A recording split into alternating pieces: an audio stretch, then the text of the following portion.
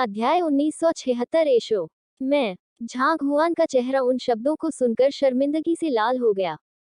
वह बस एक उलझन भरे चेहरे के साथ वहीं खड़ा रहा। उसे समझ नहीं आ रहा था कि उसे क्या करना चाहिए। दादाजी फैंग, चलो चलें, बाई रुवानेकिंग ने कहा। बाई फैंग इस बात को लेकर थोड़ा विवादित लग रहा था कि चीजें कैसे चली गईं, लेकिन आखिरकार उसने थोड़ा सिर हिलाया और बाई रुवानेकिंग के साथ निकल गया। ऐसा लगता है जैसे मैंने उसे फिलहाल बेवकूफ बनाने में कामयाबी हासिल कर ली है। दो आकृतियों को दूर जाते देख झांग शुबान ने राहत की सांस ली। उनका वास्तव में किसी प्राचीन या किसी चीज का शिष्य बनने का कोई इरादा नहीं था। ठीक है, अगर एल्डर बाय ये उनके छात्र बनना चाहते थे, तो वे अभी भी इस मामले पर थोड़ा विचार कर सकते हैं। इस प्रकार उन्होंने बाय रुआंकी के साथ पहले के शो को एक साथ रखना चुना। कमजोरी का दिखावा करके और बाई रुआंकी को व्यक्तिगत रूप से मामले पर रिपोर्ट करने के लिए। इस बात की बहुत अधिक संभावना थी कि एल्डर बाई ये उन्हें अपने छात्र के रूप में लेने के विचार को छोड़ देंगी।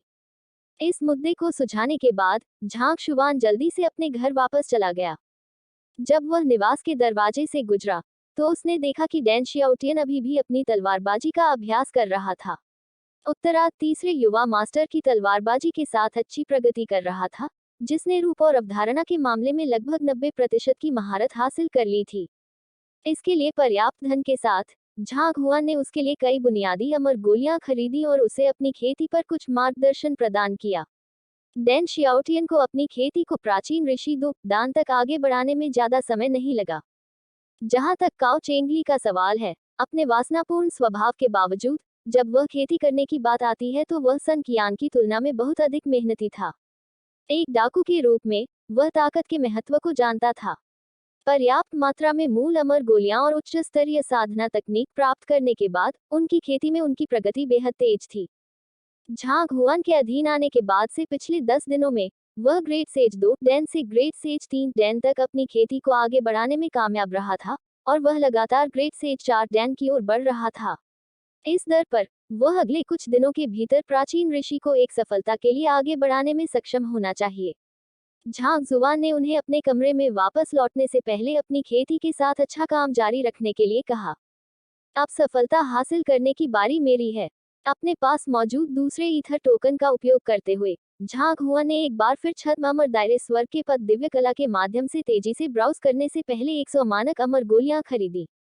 एक बार जब वह तैयार हो गया, तो उसने अपने मन को शांत किया और अपनी साधना शुरू की। उन्होंने पहले कुछ मानक अमर गोलियां निगल ली, जो तुरंत उनके मध्याह्न रेखा के भीतर आध्यात्मिक ऊर्जा की एक अथक धारा में घुल गईं। उसने उन्हें अपने झेकी में परिष्कृत करने से पहले अपने शरीर के चारों ओर तेजी से परिचालित किया। उनकी खेती पहले ही आयाम शटरा दायरे की समाप्ति के चरम पर पहुंच चुकी थी। अभी हाथ में उपयुक्त साधना तकनीक के साथ वह बिना किसी समस्या के अपनी खेती के रास्ते में आने वाली बाधाओं को दूर करने में सक्षम होगा।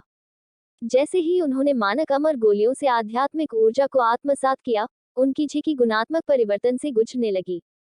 10 मिनट बाद जब उसने अंत में झेकी को टिपिंग पॉइंट के पार बनाया, तो उसकी खेती आगे बढ़ी और अंतिम छत से टूट गई जो इसे सीमित कर रही थी। वह सफलतापूर्वक छद्म अमर क्षेत्र में पहुंच गया था। हालांकि वह यहीं नहीं रुके। उन्होंने कई और मानक अमर गोलियों का सेवन किया और खेती जारी रखी। छद्म अमर क्षेत्र की खेती करना स्वर्ग का पथ दिव्य कला ने उनकी मानक अमर गोलियों को तेजी से समाप्त कर दिया, लेकिन सौभाग्य से उनके पास इस बार अपनी खेती को बनाए रखने के लिए पर्याप्त धन था। जैसे ही उसे लगा कि उसकी साधना की गति कम हो रही है, वह तुरंत अपनी ऊर्जा को फिर से भरने के लिए कुछ मानक अमर गोलियों का सेवन करेगा। स्वर्ग के पथ दैवीय कला के प्रचलन के तहत उनकी साधना में लगातार वृद्धि हुई। कम छद्म अमर, ग्रेटर छद्म अमर, सांसारिक छद्म अमर। 2 घंटे के अंत तक वह पहले से ही सफलतापूर्वक अपनी साधना को एक पूरे क्षेत्र में बढ़ा चुका था। स्वर्गीय छद्म अमर क्षेत्र तक पहुंच गया था। लगभग सभी 100 मानक अमर गोलियां जो उन्होंने पहले खरीदी थी, उनकी खेती के बीच में समाप्त हो गई थी। साथ ही उन्होंने महसूस किया कि मानक अमर गोलियां अब उनकी खेती को बढ़ाने के लिए पर्याप्त प्रभावी नहीं थी। यदि वह अपनी साधना को और आगे बढ़ाना चाहता है, तो उसे कुछ अधिक शक्तिशाली की आवश्यकता होगी। विचारों में तीक्ष्णता, आत्मा की पवित्रता और ज्वालाओं के प्रति अभेद्यता। तो यह एक छद्म अमर की ताकत है। झांग शुबान ने आंदोलन में अपनी मुट्ठी कसकर पकड़ ली। उसकी खेती केवल दूसरे क्षेत्र से बढ़ी थी, लेकिन उसकी ताकत में भारी वृद्धि हुई थी। आयाम चकनाचूर क्षेत्र और छद्म क्षेत्र के बीच गुणात्मक अंतर था। उनका जीवन काल हो या ताकत, वे पहले से बिल्कुल अलग थे। यदि वह पहले जो उपयोग कर रहा था वह मूल ऊर्जा था, तो वह ऊर्जा जो उसके मेरिडियन के माध्यम से प्रवाहित होती थी, उसे केवल अमर ऊर्जा के रूप में वर्णित किया जा सकता था। यह वह ऊर्जा थी जिसे केवल अमर ही प्राप्त कर सकते थे। यह वास्तव में भाग्य का एक बड़ा आघात है कि मैं बाई रुवानिकिंग को बाहर करने में सक्षम था। झांग हुआ ने राहत में सोचा। अपने शरीर में भारी शक्ति को महसूस करने के बाद ही उन्होंने महसूस किया कि उनके और बाई रुआंकिंग के बीच मूलभूत अंतर कितना बड़ा था। अगर उसने पहल नहीं की होती और लगातार वापस हमला नहीं किया होता, तो सबसे अधिक संभावना है वह वही होता जो बाई रुआंकिंग के युद्ध में अपने पैर जमाने के बाद लड़ाई हार जाता। ट्रू इमॉर्टल्स को अलग रखते हुए, यहाँ तक स्यूडो इमॉर्टल्स पहले से ही डायमेंशन शैटरर दायरे के काश्तकारों की तुलना में कम से कम 10 गुना अधिक मजबूत थे। साथ ही उनकी खेती में भारी वृद्धि ने उन्हें इस बात की गहरी अंतर्दृष्टि भी दी कि वास्तव में भगवान की तलवार का इरादा क्या था। अपनी तलवारबाजी की वर्तमान शक्ति के साथ, उसने महसूस किया कि वह अब स्वर्गीय सच्चे अमरों को भी आसानी से अपने वश में कर लेगा। उच्च अमरों के लिए, जैसा कि उसने पहले कभी एक के साथ वार नहीं किया था, उसके पास कोई स्पष्ट गेज नहीं था कि वे वास्तव में कितने शक्तिशाली थे। फिर भी किताबों के रिकॉर्ड के आधार पर ऐसा नहीं लगता था कि वर्तमान वह उनके लिए एक मैच होगा। यह शातिर और मेरे क्लोन के लिए भी एक सफलता बनाने का समय है, झांग जुवान ने सोचा। उन्होंने अपने क्लोन और शातिर को खेती करने देने से पहले और अधिक मानक अमर गोलियां खरीदी। जहां तक लौकी का सवाल है, यह अभी भी 100 मानक अमर गोलियां खाने के बाद भी अपने मूल शरीर को ठीक करने के करीब नहीं थी। जैसे ही झांग हुआन ने उसे बाहर निकाला, वह तुरंत भोजन के लिए चिल्लाने लगा। इसे बहुत शोर शराबा देखकर झांग जुबान ने बिना किसी हिचकिचाहट के उसे अपने स्टोरेज रिंग में भर दिया।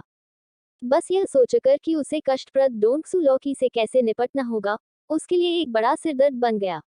इसके लायक होने के लिए उसने अपने पिछले जीवन में बहुत पाप किया होगा, और चीजों को बदतर बनाने के लिए वह अभी भी नहीं जानता था कि यह इस तथ्य के अलावा अन्य क्या करने में सक्षम था कि इसके नहाने के पानी का उपयोग चोटों को ठीक करने के लिए किया जा सकता है।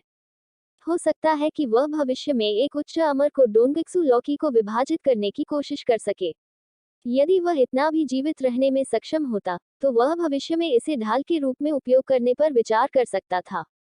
जब झांग शुवान अभी भी खेती कर रहा था, बाई रुवानिकिंग और बाई फैंग पहले ही एल्डर बाई ये के घर वापस आ गए थे।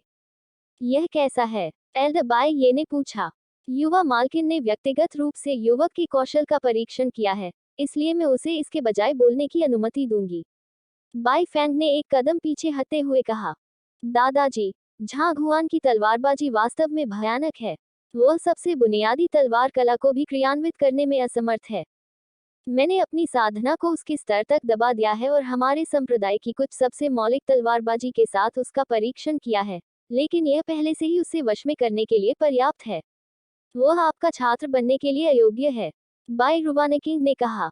जब उसने ये शब्द कहे, तो वह अपने सीनियर अंकल के लिए और भी गहरी प्रशंसा महसूस कर सकती थी।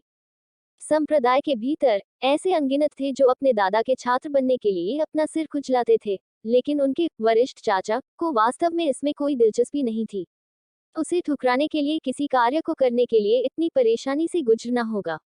वह निश्चित रूप से एक विनम्र व्यक्ति था। सभी साधकों को वास्तव में उसके उदाहरण से सीखना चाहिए। दूसरी ओर एल्डर बाई ये अपनी पोती की बातें सुनकर सिहर उठी। मैंने पहले की लड़ाई की रिकॉर्डिंग हटा ली है, एक बार देख लो, बाई रुआकिंग ने एक रिकॉर्ड क्रिस्टल ओवर पास करते हुए कहा। एल्डर बाई ये ने क्रिस्टल लिया और अपनी जेनकी को अंदर डाला। क्रिस्टल पर पहले का परिदृश्य सामने आया था, जिसमें दिखाया गया था कि कैसे बाई रुवानिकिंग ने झांग जुवान को आसानी से वश में कर लिया था। नजर, मैं तुमसे झूठ नहीं बोल रहा हूँ, है ना? उनका हुनर लाजवाब है। दादाजी, यह केवल आपके अधिकार को कमजोर करेगा यदि आप उनके जैसे व्यक्ति को अपने छात्र के रूप में लेते हैं, बाई रुवानिकिंग ने कहा। ठीक है, मैं समझता हूँ। आपको अभी के लिए छुट्टी लेनी चाहिए। कुछ निजी मामले हैं जिन पर मैं निजी तौर पर फैन के साथ चर्चा करना चाहता हूँ।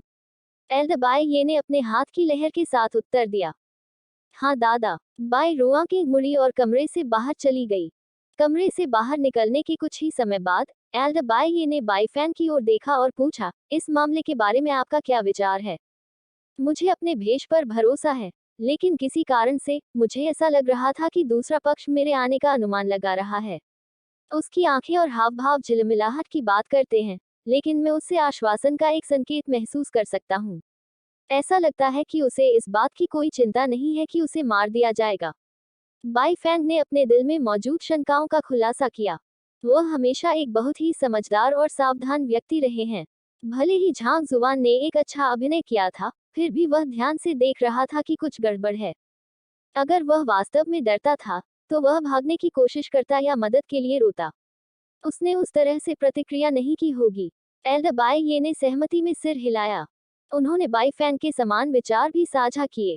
फिर, ओल्ड मास्टर, बाई फैंग ने संदेह से पूछा, मैंने अपनी उस पोती को सच में बिगाड़ दिया है। वह एक बुद्धिमान और समझदार बच्चा है, लेकिन वह अक्सर अपनी भावनाओं को अपनी तर्कसंगतता से आगे निकलने की अनुमति देती है, जिसके परिणामस्वरूप उसका अविश्वसनीय लापरवाह स्वभाव होता है। आमतौर पर वह शायद उस युवक का सीधा सामना करने के लिए जाती, लेकिन इस बार उसने उस साथी का सामना करने से पहले आपके सामने आने का धैर्यपूर्वक इंतजार किया। मुझे यह विश्वास करना कठिन लगता है कि यह उस युवक और उसके बीच की हरकत नहीं है। एल्डर बाई ये ने अपनी दाढ़ी को सहलाया और उसने कटु आह भरी। एक अधिनियम, ओल्ड मास्टर, आपका मतलब है कि? बाई फैंग उन शब्दों को सुनकर भौंचक्का रह गया। वह लड़की आपके जाने के कुछ समय बाद ही घर से निकल गई थी, इसलिए मेरे पास कोई उसका पीछा कर रहा था।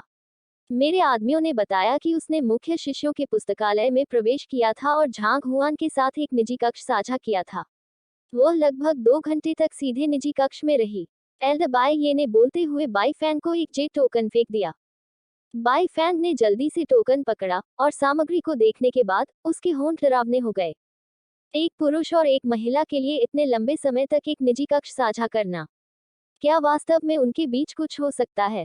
ओल्ड मास्टर, क्या आपको संदेह है कि झांग हुआन और यंग मिस्ट्रेस के बीच किसी प्रकार का असामान्य संबंध हो सकता है? बाई फैंग ने पूछा। मैं चाहता हूं कि आप अगले कुछ दिनों में सावधानी से उसका अनुसरण करें ताकि पता चल सके कि वह क्या कर रही है। जो कुछ भी मिले उसकी सूचना तुरंत मुझे दें। साथ ही झांग जुबान पर भी नजर रखना सुनिश्चित करें। मैंने कभी नहीं सोचा होगा कि एक आंतरिक शिष्य मेरी उस निडर पोती को आज्ञाकारी रूप से उसके साथ एक कार्य करने में सक्षम करेगा। मैं निश्चित रूप से देखना चाहूंगा कि वह वास्तव में क्या करने में सक्षम है। एल्डर बाई ये ने निर्देश दिया। आरोही बादल तलवार मंडप के 3 ग्रैंड एल्डर में से एक बनने में सक्षम होने के लिए एल्डर बाई ये की परिस्थितियों का विश्लेषण करने की क्षमता भी स्वाभाविक रूप से शानदार थी। उसे डर था कि उसकी पोती यह जानने के बाद किसी तरह की परेशानी का कारण बनेगी कि वह झांग जुआन को अपने छात्र के रूप में लेने का इरादा रखता है, इसलिए उसने अपने आदमियों को उसका पीछा करने के लिए कहा। परिणाम स्वरूप उसने मुख्य शिष्यों के पुस्तकालय में होने वाली घटनाओं की हवा पकड़ ली। बहुत तथ्य यह है कि वे काफी समय से निजी कक्ष में एक दूसरे के साथ थे, साथ ही उनकी पोती की अचानक उपस्थिति जब बाई फैंग झांग हुआन का परीक्षण कर रही थी। यह बहुत स्पष्ट था कि यहाँ कुछ गड़बड़ थी। सुनिश्चित करें कि उसका बहुत बारीकी से पालन न करें, नहीं तो अगर वह तुम्हारी उपस्थिति को नोटिस करती है, तो वह एक बार फिर मेरे साथ झगड़ा करेगी। साथ ही मैं चाहता हूँ कि आप झांग शुआन की पृष्ठभूमि और पहचान की जांच करें। किसी तरह, मुझे याद नहीं है कि उन्होंने आंतरिक शिष्यों के बीच उनका नाम देखा था। एल्डर बाई ये ने हाथ हिलाते हुए कहा। हाँ, ओल्ड मास्टर, बाई फैंग ने जाने से पहले सिर हिलाया। बाई रुआंकिंग इस तथ्य से पूरी तरह से बेखबर थी कि उसने अपने सीनियर अंकल के साथ जो कृत्य किया था, वह पहले ही उजागर हो चुका था। इस समय वह अपने कमरे में तलवारबाजी का अभ्यास करने में व्यस्त थी। 10वीं चाल तक एक फरसा पहले से ही धीरे धीरे उसके माथे पर खुद को उकेर रही थी। उनके सीनियर अंकल द्वारा उन्हें दी गई तलवारबाजी वास्तव में गहरी थी। वह शुरुआती चरणों को आसानी से समझने और तेजी से सुधार करने में सक्षम थी, लेकिन जैसे जैसे वह आगे बढ़ी, उसने महसूस किया कि तलवारबाजी बाहरी रूप से दिखाई देने की तुलना में बहुत अधिक स्तरित और छिपी हुई थी। ऐसे बहुत से छोटे छोटे लेकिन महत्वपूर्ण विवरण थे जिन्हें वह समझ नहीं पा रही थी, जिससे वह बार बार बाधाओं से टकराती थी। मुझे इस पर उनसे सलाह लेने दें। उसने 1 और घंटे तक खेती करना जारी रखा, लेकिन उसे लगा कि वह वास्तव में कहीं नहीं पहुंच रही है। इस प्रकार वह अपने हवाई जानवर पर चढ़ गई और आंतरिक शिष्य क्षेत्र में अपना रास्ता बनाने लगी। मुख्य शिष्यों के पुस्तकालय में जाने से पहले उसने दूसरी पार्टी से पूछा था कि वह यहाँ रहती है। वह तेजी से अपना रास्ता खोजने में सक्षम थी और उसे अपनी मंजिल तक पहुंचने में देर नहीं लगी। उसने अपने हवाई जानवर से छलांग लगा दी और घर का दरवाजा खटखटाया। जिया, एक अधेड़ उम्र के आदमी ने दरवाजा खोला। बाई रुआंकी को देखते ही उनकी आंखें तुरंत चमक उठी और उन्होंने सबसे सज्जन स्वर में पूछा, क्या मैं जान सकता हूँ कि तुम हो? मैं यहाँ सेनी, मेरा मतलब जूनियर झांग शुआन को खोजने आया हूँ, बाई रुवानेकिंग ने कहा। वह जानती थी कि उसके वरिष्ठ चाचा सार्वजनिक रूप से उसकी पहचान प्रकट करने के इच्छुक नहीं हैं, इसलिए उसने उसे इस तरह संबोधित करने की हिम्मत नहीं की जिससे उसकी पहचान से समझौता हो। आप हमारे यंग मास्टर को ढूंढ रहे हैं? अधेड़ ने आश्चर्य से पूछा। बेशक, यह अधेड़ उम्र का आदमी कोई और नहीं बल्कि काओ चेंगली था। उसने सोचा कि एक कुशल प्रेमी के रूप में उसकी प्रसिद्धि ने इस खूबसूरत महिला को अपने दरवाजे पर ला दिया है, जिससे उसका दिल एक पल के लिए उत्साह में धड़क रहा है। लेकिन यह पता चला कि वह यहाँ अपने यंग मास्टर के लिए थी। उसने कभी नहीं सोचा होगा कि उसके घने दिखने वाले यंग मास्टर के पास वास्तव में वह होगा। एक समय था जब उन्होंने सोचा था कि उनके सन की युवा मास्टर मनुष्यों की एक निश्चित नस्ल के थे, जिनकी विशेष विशेषता हमेशा के लिए अकेले थी। लेकिन कौन सोच सकता था कि बाद वाला वास्तव में इतनी खूबसूरत महिला के साथ उलझ जाएगा उनके आने के एक दिन से भी कम समय। किसी व्यक्ति को वास्तव में उसकी शक्ल या उसके चरित्र से नहीं आंकना चाहिए। हमारे यंग मास्टर अंदर हैं, कृपया इस तरह। काओ चेंगली ने बाई रुआंकी को निवास की ओर इशारा किया। वह अतिथि का मार्गदर्शन करने का बीड़ा उठाने ही वाला था कि अचानक उसे कुछ याद आया।